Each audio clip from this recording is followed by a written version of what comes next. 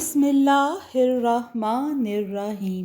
السلام علیکم دوستو، آج میں آپ کے لیے ایک بہت ہی خوفناک کہانی لے کر آئی ہوں، لیکن کہانی شروع کرنے سے پہلے آپ دوستوں سے گزارش ہے، اگر آپ میرے چینل پر نئے ہیں تو اسے سبسکرائب کر لیجئے اور بیل آئیکن کو بھی دبا لیں تاکہ دلچسپ اور بہترین کہانیوں کا یہ جو سلسلہ ہے یہ بر وقت آپ تک پہنچتا رہے۔ آئیے سنتے ہیں کسی کی زندگی پر بیتی ہوئی ایک انتہائی خوفناک اور ناقابل یقین کہانی۔ پاکستان ہجرت کے بعد ابا جان کو لاہور کی پرانی آبادی میں جو رہائش گاہ الاٹ ہوئی وہ ایک ہندو سیٹھ کی چھوڑی ہوئی حویلی تھی۔ اس کے حصوں کی مرمت، صفائی ستھرائی اور سامان وغیرہ رکھنے کے بعد وہاں پر ہم شفٹ ہو گئے۔ چونکہ ہمارا کنبہ کافی بڑا تھا اس لیے ہمیں ملازمین کی ضرورت تھی گھریلو کام کاج کے لیے۔ اس کا ذکر ہم نے اماں خیرن سے کیا۔ اماں خیرن اپنے ہی پڑوس میں رہنے والی ایک عورت اور اس کی بیٹی کو اگلے ہی دن وہ لے آئی تھی۔ باجی، یہ زرینہ بی بی ہے، یہ بیوہ عورت ہے، میرے ہی گھر کے ساتھ رہتی ہے، محنت مزدوری کر کے اپنا گزر بسر کرتی ہے، اور یہ اس کی اکلوتی بیٹی نیلم ہے۔ یہ اب تک سیٹھ رام دیال کی بیوی کی خدمت میں تھی۔ ان کے گھر کا سارا کام کاج اور کچن کی دیکھ بھال سب کچھ ان کے ہی ذمہ تھا۔ یہ بہت ہی محنتی اور قابل اعتبار بھی ہیں۔ سیٹھانی جی ان کی بہت تعریف کیا کرتی تھی اور ان کی ایمانداری ذکر کرتی تھی۔ ان کے چلے جانے کے بعد انہیں کوئی ڈھنگ کی ملازمت نہ مل سکی۔ آپ ان دونوں کو رکھ لیں تو ان کی زندگی بھی بن جائے گی۔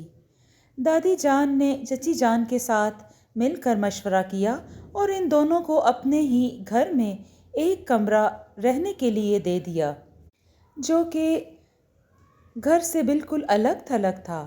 زرینہ بی بی نے بتایا کہ ان کی شادی کے بعد ان کی بہت سی اولادیں ہوئی تھیں، لیکن کسی کو بھی رہنا نصیب نہ ہوا اور وہ اللہ کے پاس چلی گئیں۔ بس نیلم ہی ان کی ایک آخری اولاد ہے جسے اللہ پاک نے زندگی بخشی تھی۔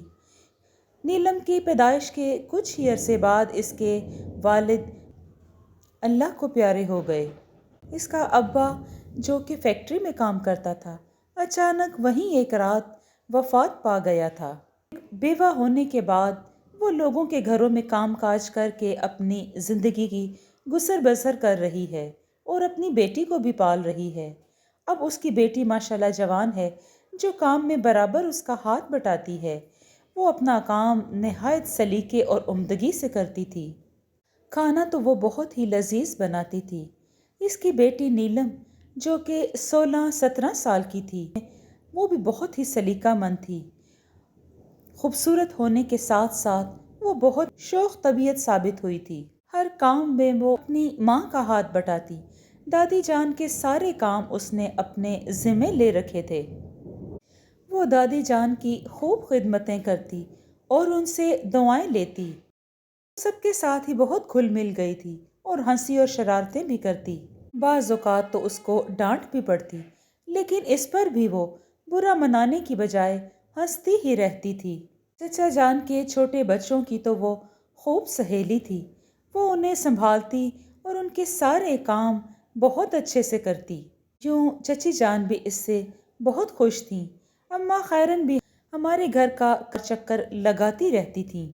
وہ ہماری حویلی سے کچھ فاصلے پر واقع کچی آبادی میں اپنی بیوہ بیٹی کے گھر رہتی تھیں۔ وہ اس جگہ کی پرانی مقیم تھیں اور انہیں اس علاقے میں ہر گھر کی تاریخ کا پتہ تھا۔ اس نے ہمیں بتایا سیٹھ دیال کے گھر میں مالتی نام کی ایک ملازمہ جو کہ انتہائی پراسرار موت مر گئی تھی۔ اس کے بارے میں کچھ بھی خبر نہ ہوئی، نہ کوئی سراغ لگا سکا کہ اسے قتل کیا گیا تھا یا وہ اس نے خودکشی کی تھی۔ پولیس نے بھی کوئی کارروائی نہیں کی، اس لیے کہ دونوں ملکوں کا بٹوارا ہو چکا تھا اور سیٹھ بھی اپنی فیملی کے ہمراہ انڈیا ہجرت کر چکا تھا۔ مالتی نیلم کی ہم عمر تھی اور اسی کی طرح صورت شوخ اور چنچل بھی تھی۔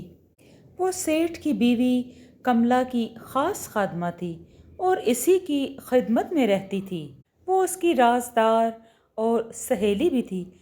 کملا دیوی بھی اس کے اوپر خوب اعتماد کرتی تھی۔ یہ کہانی سن کر ہمیں تو کچھ خوف محسوس ہونے لگا اور دادی جان بھی خاصی وہمی طبیعت کی واقعہ ہوئی تھیں۔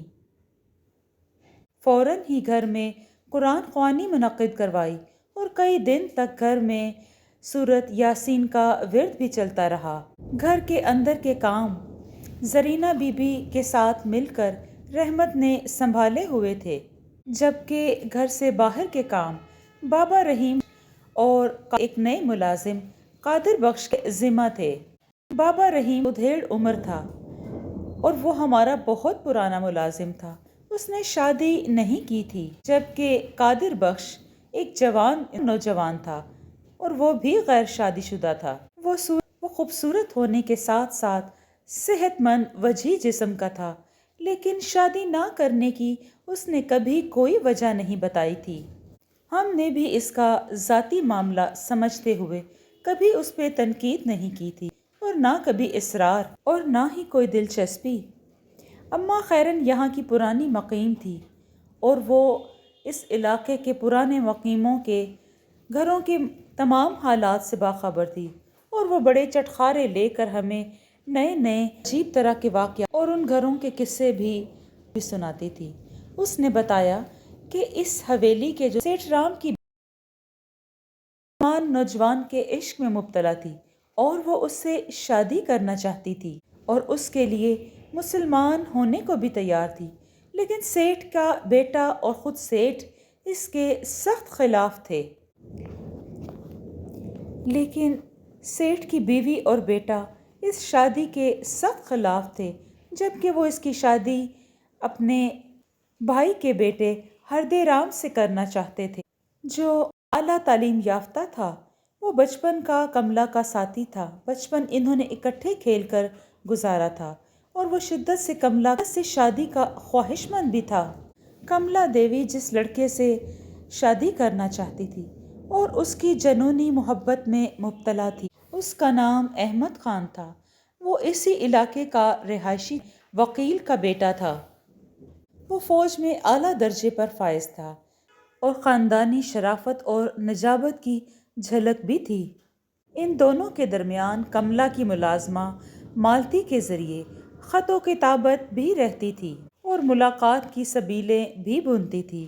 مالتی ہر طرح سے وفادار تھی اور رازدار بھی، جو ہزار اذیتیں برداشت کر کے بھی اپنی مالکن کا بھید نہ کھولتی۔ نہ جانے وہ کس طرح مر گئی یا اس نے خودکشی کر لی۔ اچھا اماں خیرن، یہ تو بتا کہ احمد خان اور کملا دیوی کے عشق کا کیا ہوا؟ اماں خیرن نے بتایا کہ اس دوران بٹوارہ ہو گیا تھا اور سیٹھ دیا لال اپنی فیملی کو لے کر بھارت روانہ ہو گئے تھے۔ سیٹھ دیا رام نے اپنی ہجرت کی بات بہت رازداری میں رکھی تھی، کسی کو کانوں کان خبر نہ ہونے دی کہ وہ بھارت جانے کی تیاریاں کر رہے ہیں۔ جب وہ جا چکے تب ہی لوگوں کو معلوم ہوا کہ وہ ہجرت کر گئے ہیں۔ اس دوران وکیل صاحب بھی وہ محلہ چھوڑ کر جا چکے تھے، کسی کو بھی ان کا پتہ نہیں چلا۔ جاڑے کی آمد کے ساتھ ہی نیلم، جو کہ بھاگ بھاگ کر کام کرتی، کبھی اپنا خیال نہ رکھنے والی شوخ چنچل لڑکی، نمونیے کا شکار ہو کر بیمار پڑ گئی۔ بہت ہی علاج معالجے کے باوجود اس کی بیماری طول پکڑتی گئی، جس سے سب گھر والے بھی پریشان تھے۔ زرینہ بی بی کا تو بہت برا حال تھا۔ نیلم اس کی کل کائنات جو تھی، یہ ایک ہی بیٹی دنیا میں اس کا سب کچھ تو تھی، اب وہ بھی ساتھ چھوڑتی دکھائی دے رہی تھی۔ ہمیں بھی یوں معلوم ہو رہا تھا کہ نیلم اب بس چند گھڑیوں کی مہمان رہ گئی ہے۔ وہ رات سخت سرد تھی کہ جب ہمیں زرینہ بی بی کے کوارٹر سے بلیوں کے لڑنے کی آوازیں سنائی دیں، جو کہ بہت ہی خوفناک طریقے سے لڑ رہی تھیں۔ اس کے ساتھ ہی زرینہ بی بی کے بین شروع ہو گئے۔ ہم بھی وہاں پہنچے۔ وہ نیلم کے سرہانے کھڑی اونچی اونچی آواز میں رو رہی تھی۔ میری نیلو چلی گئی بی بی، میری نیلو نے مجھے چھوڑ دیا، میں تنہا رہ گئی۔ وہ واقعی بے جان دکھائی دے رہی تھی۔ چچی جان نے آگے بڑھ کر اس کی ایک آنکھ کا پپوٹا اٹھا کر دیکھا۔ ارے یہ تو زندہ ہے، اماں دیکھو تو صحیح، یہ زندہ ہے، اور تم نے یوں ہی رونا دھونا شروع کیا ہوا ہے، یہ تو سانس بھی لے رہی ہے۔ چچی جان بالکل ٹھیک کہہ رہی تھی۔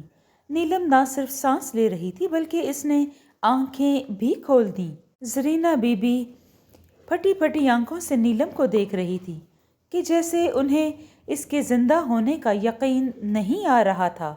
یہ زندہ کیسے ہے؟ اس نے تو میرے سامنے ہی آخری ہچکی لی تھی اور پھر ٹھنڈی پڑ گئی تھی۔ بی بی وہم ہوا ہوگا تمہیں، یہ ابھی زندہ ہے۔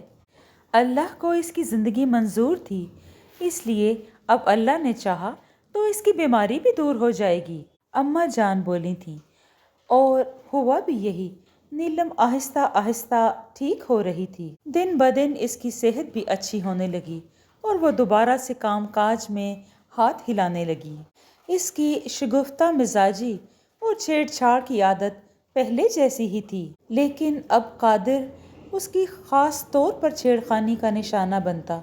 وہ اس کو طرح طرح سے چھیڑتی تھی، اس کا مذاق اڑاتی، اس پر ہنستی، جس پر وہ اس کو ڈانٹتا لیکن پھر بھی وہ ہنستی ہی چلی جاتی اور ڈانٹ کا ذرا بھی برا نہ مناتی تھی۔ ہم اس کو منع کرتے تو وہ آگے سے کہتی، مذاق تو میں سب سے کرتی ہوں نا، لیکن جانے کیوں یہی برا مناتا ہے۔ ایک دن ہم برآمدے میں بیٹھے حساب کتاب کر رہے تھے کہ وہاں نیلم شوخ مسکراہٹ کے ساتھ چلتی ہوئی ہمارے پاس آ گئی۔ اچھا جی، تو یہ صاحب آج سودا لے کر آئے ہیں۔ انہیں تو یاد ہوگا نا کیسے ایک دن دینا ناتھ نے انہیں سڑی ہوئی بھنڈیاں دے دی تھیں، جس پر انہوں نے خوب اس کی مرمت کی تھی۔ قادر کا رنگ پہلے سفید پڑا، پھر سرخ ہو گیا۔ بدتمیز، بد مزاج لڑکی، 1000 دفعہ کہہ چکا ہوں، میرا نام کیدار ناتھ نہیں، قادر بخش ہے۔ پھر کیوں بدتمیزی کرتی ہو مجھ سے اور کیوں چھیڑتی رہتی ہو مجھے؟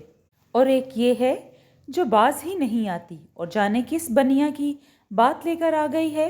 میں تو اسے بالکل نہیں جانتا، پتہ نہیں کہاں سے یہ اس کا ذکر لے کر آ گئی ہے۔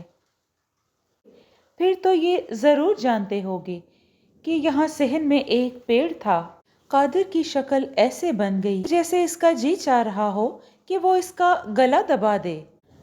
ضبط سے اس کا منہ تمتمانے لگا، پھر وہ ایک دم سے دادی جان کی طرف مڑا۔ سن رہی ہیں نا دادی جان آپ کہ یہ کیا بدتمیزیاں کرتی ہے؟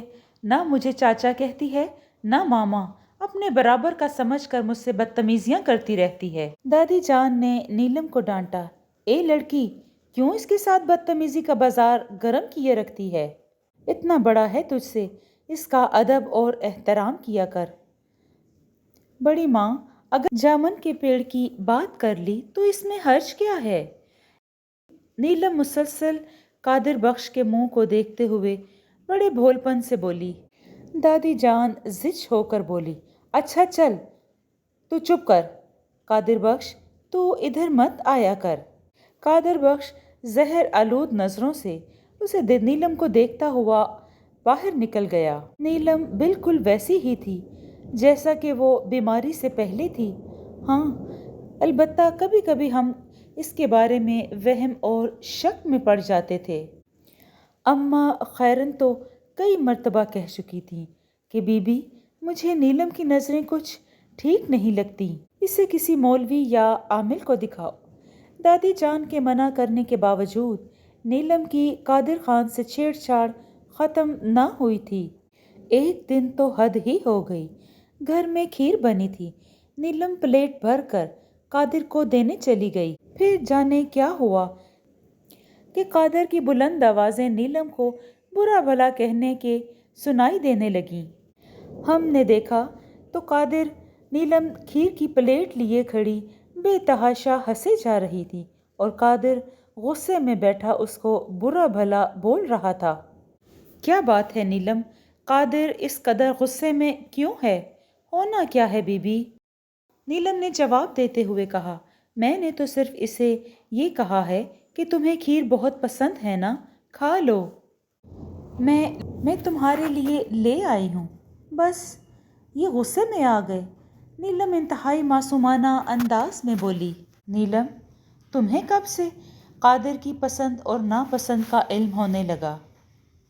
تم جانتی ہو نا وہ ایسی باتوں سے غصہ ہوتا ہے، تم مت چھیڑا کرو اسے۔ یہاں اور بھی تو موجود ہیں، یہ انہیں کیوں نہیں چھیڑتی؟ میرے ہی پیچھے پڑی رہتی ہے۔ میں اب یہاں نہ رہوں گا، میں کل ہی کراچی چلا جاؤں گا۔ اور وہاں سے چلا گیا۔ ابا جان نے اور سب گھر والوں نے اسے روکنے کی بہت کوشش کی، مگر وہ نہ رکا اور اگلے ہی دن اپنا سامان باندھا اور صندوق کو سر پہ اٹھا کر چل دیا۔ ہمیں اس کے جانے کا بہت دکھ تھا، کیونکہ وہ بے حد ایماندار اور محنتی ملازم تھا اور گھر کے فرد جیسا ہی تھا۔ اور یہ دیکھ ہماری حیرت کی انتہا نہ رہی کہ اسی شام وہ صندوق کو سر پر اٹھائے گھر واپس آ گیا۔ وہ کچھ گھبرایا سا لگ رہا تھا۔ ابا جان نے پوچھا، کیوں بھائی، کراچی کیوں نہیں گئے؟ تو قادر نے جواب دیا، آج نہیں، کل چلا جاؤں گا، کیونکہ آج ٹکٹ نہیں ملی مجھے، دیر جو ہو گئی جانے میں۔ اس کی آواز میں گھبراہٹ کے علاوہ خوف بھی تھا، جس کی وجہ ہمیں سمجھ نہ آ سکی۔ اگلے دن بھی نہ گیا۔ یوں لگتا تھا کہ جیسے کوئی نادیدہ قوت اس کو جانے سے روک رہی تھی۔ اس رات بہت تیز ہوا اور بارش بھی ہو رہی تھی۔ کھلی ہوئی کھڑکی کو بند کرنے میں جب گئی، صحن سے آتی ہوئی آوازیں سن کر میں کھڑکی پر ہی رک گئی۔ مسلم کی آواز سنائی دی، کدھر؟ تو مسلم بن کر نوکری کر رہا ہے، لیکن میں جانتی تھی کہ تو کون ہے، اسی لیے میں تجھ سے گزرے ہوئے وقت کی باتیں کیا کرتی تھی، لیکن تو کچھ نہیں سمجھا۔ پھر قادر کی آواز آئی، میں شروع سے ہی سمجھ گیا تھا کہ تو نیلم نہیں، مالتی کی روح ہے، اور تم مجھ سے انتقام لینے کے لیے نیلم کے مردہ جسم میں داخل ہو گئی ہے اور مجھے یہاں سے جانے سے روک رہی ہے۔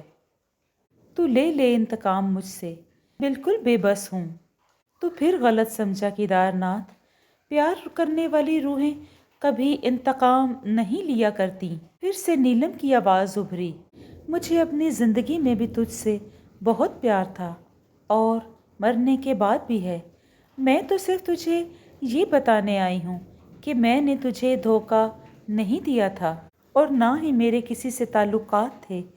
میں جو راتوں کو منہ اندھیرے گھر سے نکلا کرتی تھی نا، وہ تو میں احمد خان جی کو کملا دیوی کے خط پہنچانے جاتی تھی، کیونکہ میں ان کی دوست ہی نہیں، میں ان کی خدمت گزار اور رازدار بھی تھی۔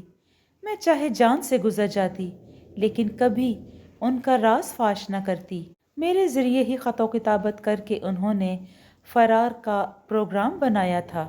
جس رات تو نے گلا دبا کے مجھے مارا تھا نا، اسی رات میں کملا دیوی کو احمد خان جی کے پاس چھپتے چھپاتے بحفاظت پہنچا کر واپس آ رہی تھی، جو حویلی کے پیچھے درختوں کے جھنڈ میں ان کا انتظار کر رہے تھے۔ سیٹھ جی اور سیٹھانی جی کو جب انہیں کملا دیوی کے بھاگنے کا علم ہوا تو انہوں نے جلدی جلدی میرا کریا کرم کیا اور بدنامی کے ڈر سے وہ بھارت کی طرف چل نکلے۔ در حقیقت وہ دونوں پیار کرنے والے میرے ذریعے سے بھاگ گئے تھے اور ایک دوسرے کے ہو گئے، لیکن میری محبت ادھوری رہ گئی تھی۔ انہوں نے میری موت کی وجہ جاننے کی کوشش بھی نہ کی اور نہ ہی پولیس بلوائی۔ اب تو تجھے یقین آ گیا نا کیدار لال کہ میں نے تجھ سے بے وفائی نہیں کی، پر تو سمجھا کہ میں شاید راتوں کو کسی اور سے ملاقات کرتی ہوں۔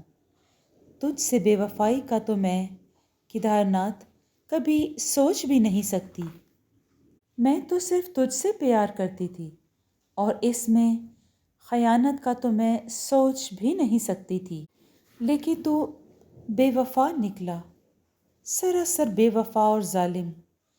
تو نے نہ مجھ سے کچھ پوچھا اور نہ ہی مجھے کچھ بتانے کی مہلت دی۔ کیدار ناتھ، میں تو صرف تجھ سے پیار کرتی تھی۔ آج کے بعد میں تجھے کبھی تنگ نہیں کروں گی۔ اس کے ساتھ ہی کسی بھاری چیز کے زمین پر گرنے کی آواز آئی اور پھر خاموشی چھا گئی۔ جب میں بھاگ کر صحن کی طرف گئی تو دیکھا زمین پر نیلم گری پڑی تھی اور وہ بے جان جسم تھی۔ ہم نے کیدار ناتھ، جو کہ قادر بخش بن کر ہمارے گھر کام کر رہا تھا، ہم نے اسے کہا کہ تم ہمارے گھر میں ہی ملازمت جاری رکھو، لیکن اس نے کہا اب میں 1 منٹ کے لیے بھی اس گھر میں نہیں ٹھہر سکتا۔ پھر ہمیں نہیں معلوم کہ وہ جانے کدھر کو چلا گیا۔ جی دوستو، آپ کو یہ کہانی کیسی لگی؟ اگر آپ کو یہ کہانی پسند آئی ہے تو اس کو لائک اور شیئر کیجیے اور کمنٹ میں اپنی رائے کا اظہار ضرور دیں۔ اپنا اور اپنوں کا بہت سا خیال رکھیں۔